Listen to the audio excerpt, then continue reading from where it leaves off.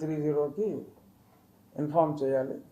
So ఈరోజు media ద్వారా నేను తెలియజేసేది ఏంటంటే ప్రజలందరికీ కూడా ఇది ఆల్ ఇండియా నెంబర్, ఇది ఆల్ ఇండియా, ప్రతి రాష్ట్రం ఇదే నెంబర్ ఫాలో అవుతుంది ఈ సైబర్ క్రైమ్స్కి.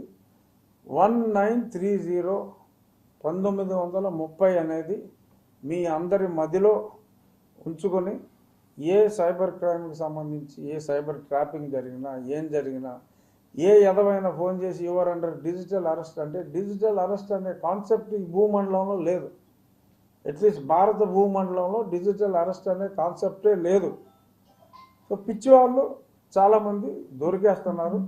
అంచేత ఎవడైనా మిమ్మల్ని డిజిటల్ అరెస్ట్ అని చెప్పి ఫోన్ చేస్తే మీకు నచ్చిన భాషలో వాడిని, ఫోన్ చేసిన ఆ నకిలీ ఎస్ఐని ఆడెవడో ఉంటాడు, మీకు నచ్చిన భాషలో ఇష్టం వచ్చినట్టు తనివి తీరా తిట్టుకోమని వాడు మిమ్మల్ని ఏమీ చేయలేడని చెప్పి ప్రజలందరికీ మీడియా ద్వారా తెలియజేస్తున్నాం. సైబర్ అరెస్ట్ అంటే వచ్చి పీక్కోరా, మీ ఇష్టం. అది హిందీలో మాట్లాడితే హిందీలోనే 4 మాటలు నేర్చుకోండి, చెప్పండి, అంతే తప్ప భయపడాల్సిన పని లేదు. సైబర్ అరెస్ట్ అనే కాన్సెప్ట్ లేదు. ఖచ్చితంగా త్వరలో ఇవన్నిటి మీద ముఖ్యమంత్రి గారు కూడా ఓ సమగ్రమైన ప్రజలు ఎలా జాగ్రత్తగా ఉండాలనేది ఆయన స్థాయిలో కూడా చెప్తారు.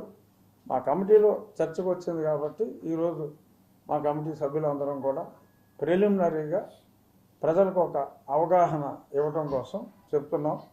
నో డిజిటల్ అరెస్ట్ కాన్సెప్ట్ అది లేదు. ఎటువంటి ప్యాకెట్ యాప్స్ మీ దృష్టికి వచ్చినా సరే ఇమ్మీడియట్గా అది ఆ పిక్చర్ తీసుకుని ఆ యాడ్ నొక్కితే వచ్చేస్తుంది కదా బొమ్మ, అది 1930 వాళ్ళకి అది ఇన్ఫార్మ్ చేస్తే అది వాళ్ళకి అలాగే ఈ బొమ్మ ఫార్వర్డ్ చేయొచ్చా, చేయాలి, ఆ సిస్టమ్ ఉంటుందా, అది ఎలా చేయాలో కనుక్కుందాం. సో 1930కి ఇన్ఫార్మ్ చేస్తే ఖచ్చితంగా కేసు రిజిస్టర్ అవుతుంది. ఇవాళ కాకపోయినా సరే, చట్టం ఎలాగో వచ్చేస్తుందని చెప్తున్నాం కదా 4 రోజుల్లో, ఈ లోపైనా సరే ముందు క్రైమ్ అంటూ రిజిస్టర్ అయితే ఖచ్చితంగా వాళ్ళకు పట్టుకుంటాం, ఆ రికవరీ వాళ్ళకి అందజేయడం జరుగుతుంది.